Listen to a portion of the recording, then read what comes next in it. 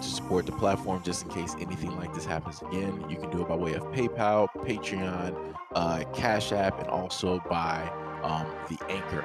And you can also further support the platform by way of going to the Teespring store or the shoe store that is located in the comment section below.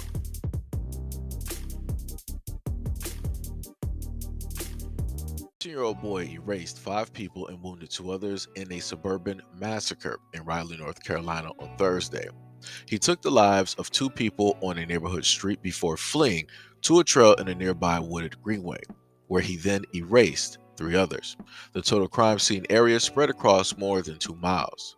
The suspect, described as a 50-year-old white boy, eluded authorities for hours before he was captured. He is now in critical condition in a local hospital. Those who had their lives taken ranged in age from 16 to 52 and included an off-duty police officer, Gabriel Torres, age 29, whom Patterson stated was on his way back to work. Quote, "Today we are sad, we're angry, and we want to know the answers to all the questions.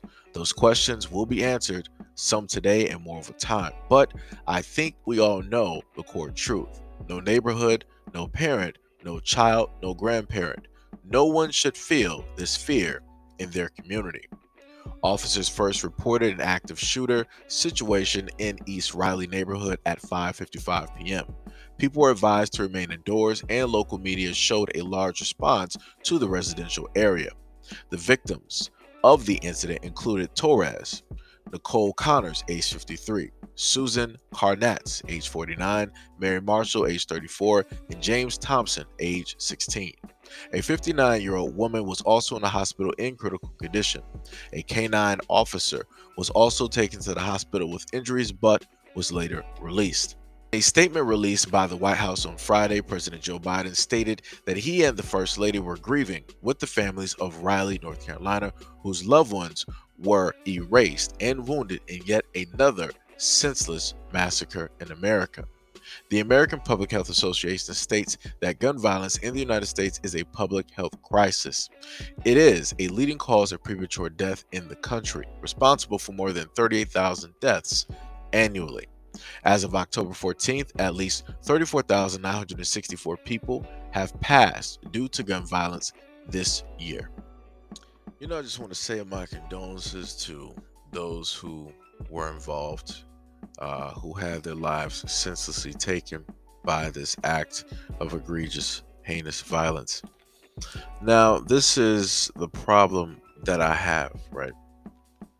I want to know, how is it possible that a 15-year-old was able to get his hands on, such items? How was it not tucked away inside of a locked suitcase that required a thumbprint? How was it not in a vault or a safe or anything like that?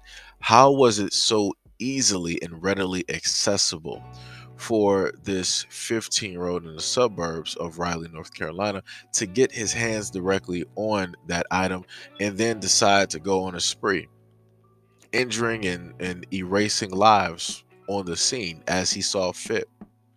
And then they want to say that, oh, he's in critical condition. Critical condition from what? Because I find it highly interesting that they didn't list from what or who did it.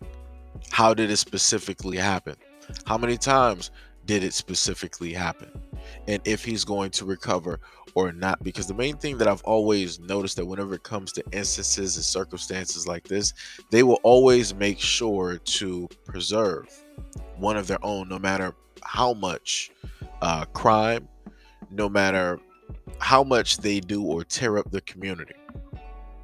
And this is the main thing that I want a lot of people to understand, especially Black people. When it deals with the suburbs and it deals with their surroundings, these are the types of things that normally happen.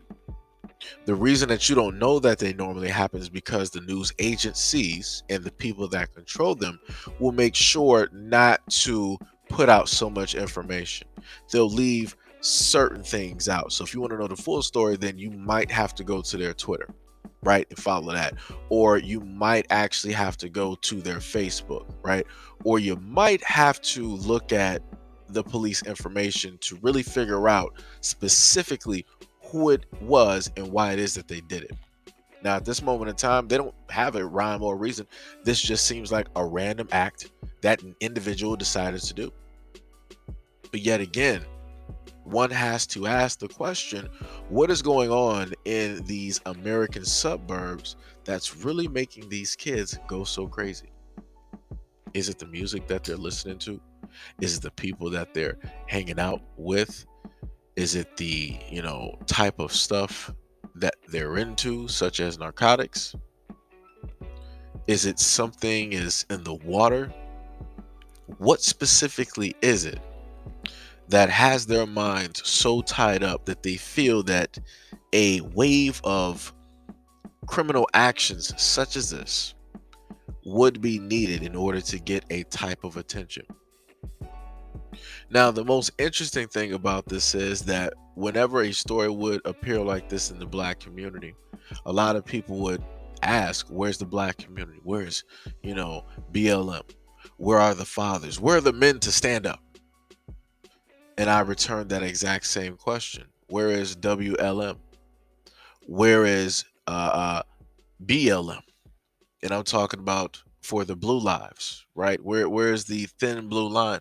Where are the men of this community? Where is his father? Because I believe that given the circumstances, with or without a father, this should not have happened, because you have such a great life or living expectation. You're in a community, you're in like a cul-de-sac, you're in a suburb. There is nothing that in a sense really goes on there like it does in the city. So there's realistically no reason, for one of theirs to end up in turning to a life of crime. But like I said, it is what it is. This is what America looks like.